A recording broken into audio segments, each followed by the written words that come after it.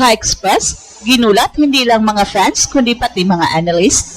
Sa LeBron James sa edad na 41 ay muling nagpakita kung bakit hindi patapos ang usapan sa GOAT debate matapos buhatin ang Los Angeles Lakers sa dominante 98-78 na panalo kontra Houston Rockets sa Game 6. Sa panalong yon, tinapos nila ang serye sa 4-2 at tuluyang umusad sa susunod na round. Pero ang mas naging sentro ng usapan ay ang nangyari bago pa man magsimula ang laban. Maraming eksperto ang nagduda sa kakayahan ng Lakers na tapusin ang serye sa road. At isa sa pinakamalakas na boses ay si Stephen A. Smith na nagbigay ng prediksyon na mananalo ang Houston Rockets at mapahaba ang serye. Ang argumento ay simple, momentum nasa Houston Rockets at si LeBron James sa kanyang edad ay maaaring hindi na kayang buhatin ang kupunan. Pero ang naging resulta ay kabaligtaran ng lahat ng yun.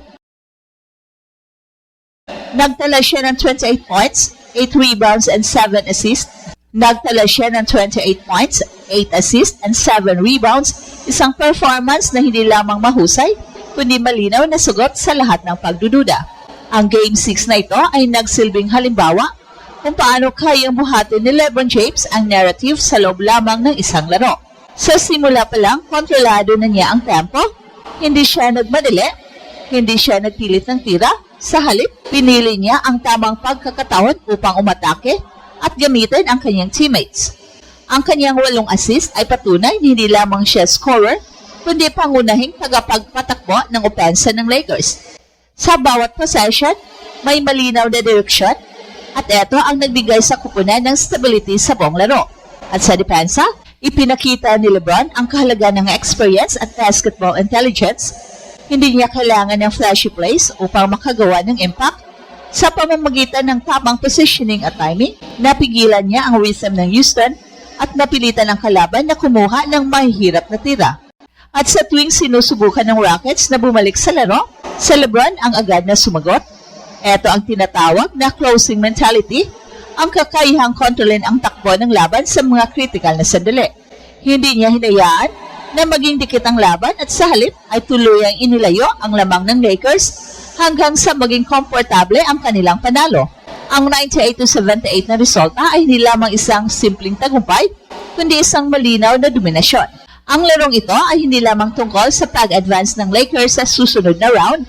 Ito ay isang paalala sa buong NBA na kahit sa edad na 41, sa LeBron James ay nananatili isa sa pinakamakapangyarihang pwersa sa laro at sa tuwing dumarating ang playoffs, siya pa rin ang pamantayan na sinusubukang abutin ng iba. At sa mas malalim na pagtingin, ang nangyari sa Game 6 ay hindi lang simpleng breakout performance ni LeBron, kundi isang malinaw na strategic masterclass laban sa isang batang kupunan ng Houston Rockets. Ang Los Angeles Lakers ay hindi nanalo dahil sa raw talent lamang, kundi dahil sa control sa tempo at execution, at si LeBron ang sentro ng lahat ng yon.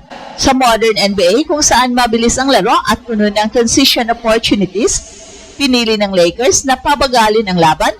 Ito ay hindi aksidente, ito ay deliberate adjustment upang alisin ang strength ng Rockets na nakabase sa bilis at athleticism. Si LeBron ay nagdikta ng pacing, hindi siya nagpadala sa chaos ng laro. Sa halip, bawat possession ay ginawang structured. Kapag kailangan bumagal, pinapabagal niya.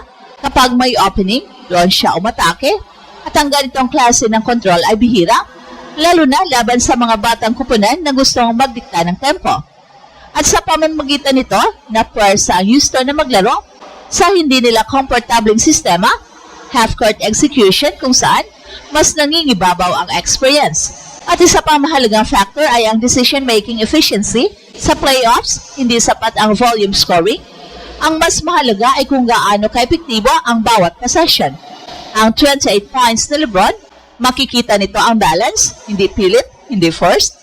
Ang kanyang shot selection ay kontrolado at ang kanyang passing ay eksakto sa tamang oras. Ang 8 assist ay hindi lamang numero. Ito ay indikasyon kung paano niya pinapagana ang buong team. Sa bawat drive, nagko-collapse ang depensa at doon niya binibigay ang bola sa open teammates. At ito ang dahilan kung bakit naging smooth ang opensa ng Lakers sa buong laro.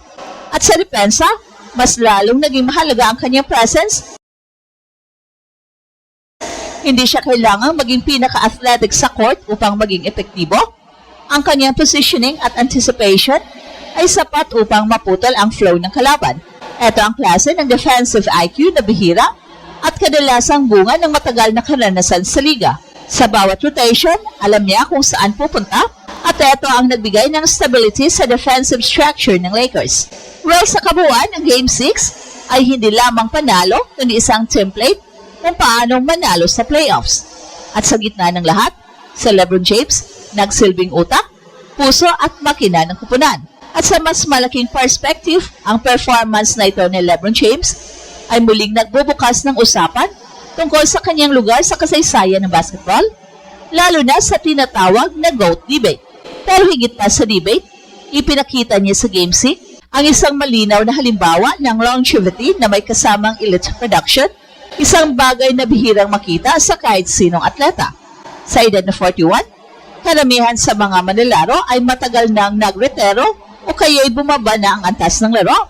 Pero sa LeBron ay patuloy na nagdi-deliver sa pinakamataas na pressure situations.